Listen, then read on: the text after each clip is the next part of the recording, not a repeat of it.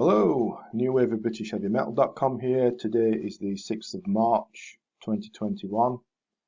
If I could make the usual opening request for a favour, and that's if you wouldn't mind please subscribing to the channel, that'd be excellent, really would.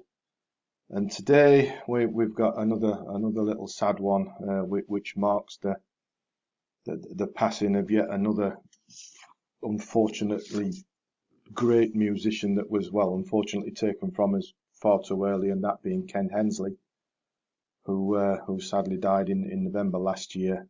And now we have My Book of Answers, which is a posthumous release, and the album that he'd finished just prior to his death last year. It's quite an intriguing project, I guess you could call it. It's a collaboration with a Russian poet called Vladimir Emelin, I hope I've pronounced that right. And apparently Ken and Vladimir bumped into each other at Alicante Airport, neither speaking each other's language, but managed to communicate somehow, probably via third parties or something, I don't know. And Vladimir being a poet and Ken being a songwriter, they kind of figured that, well, wouldn't it be a good idea if Ken put some of Vladimir's poems to song? And that's what My Book of Answers is. And the title of the album, My Book of Answers, was Vladimir's suggestion, apparently. And I guess one way to look at it is that this is the last of a trilogy of posthumous albums recently from ex-Uriah Heep members who have all been taken from us far too early and far too quickly. Of course, we've recently had Trevor Boulder's Sail the Rivers, and just a couple of 3 weeks ago we had Lee Kerslake's 11 and now we've got My Book of Answers to complete the trilogy. All quite sad, isn't it, I suppose, when the greats start going. But positives. Ken Hensley, of course, was around in Uriah Heep's early days. He was responsible for much of the really classic Heap output, like Look at Yourself, Demons and Wizards, etc., etc. And so it went on until he left after the, well, what can we call Conquest, the album that divided opinion. Yeah, let's put it that way. And of course, after Ken left Heap, he went on to work with the likes of Blackfoot, Wasp, and of course had a long and productive solo career as well. But what can we say about My Book of Answers? Well, to paraphrase a soccer cliche, and this is just my opinion, of course, it's an album of two halves. The first half has some really excellent, brooding, moody, blues-tinted rockers, each unmistakably Ken Hensley. You know what you're listening to. All well written, well performed. Like the opener, Lost My Guardian, fine example of that. Really nice song, chugs along really well. Right Here, Right Now is, for those old Heap fans like myself that remember the excellent Firefly album. Right Here, Right Now is basically the hanging tree from Firefly, but with different words to it. One of Vladimir's poems. And, the hanging tree's always been one of my favourite Heap songs, so I took to this one straight away. And the guitar work at the lead out is really really nice as well. The next two up, The Cold Sacrifice and The Silent Scream, both good rockers as well. And there's plenty of nods back to that old classic Heap style that Ken's so well known for.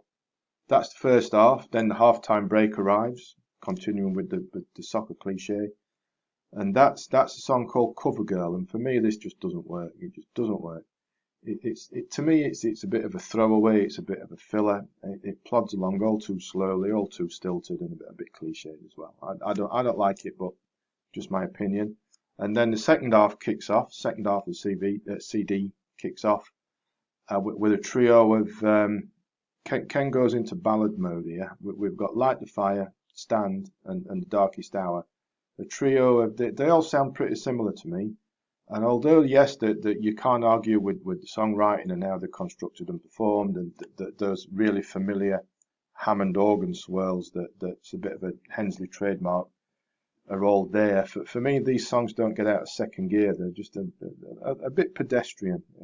Again, it's just my opinion. Might not be yours. It's mine, and that's okay. Then we move on to a song called Suddenly, which is the last song on here. And that changed things back up again for me. It's a nice bit of a spiky, proggy feel to it, which I really like.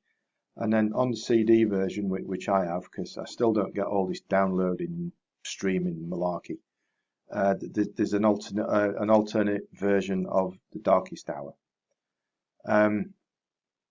All in all, it's not a bad album by any means. It really isn't. Though I get the feeling that those ballads, that trio of ballads in the second half, could have been beefed up a little bit. But maybe I'm being a little bit picky. I don't know.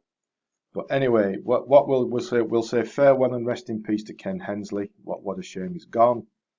Thanks, Ken, for all the great music over the decades. And if you're up there now behind those pearly gates, it must be a hell of a band you could get together with the other ex-heapsters that are up there. You know, you've got Trevor Bolder, Lee Kerslake, Gary Thane, yourself. What a band that must be. So sort that one out, Ken.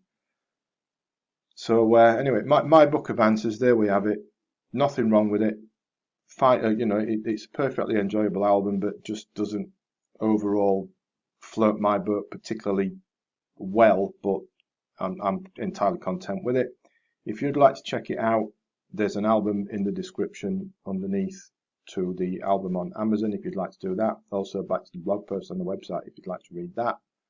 Also, and there we are, farewell Ken Hensley.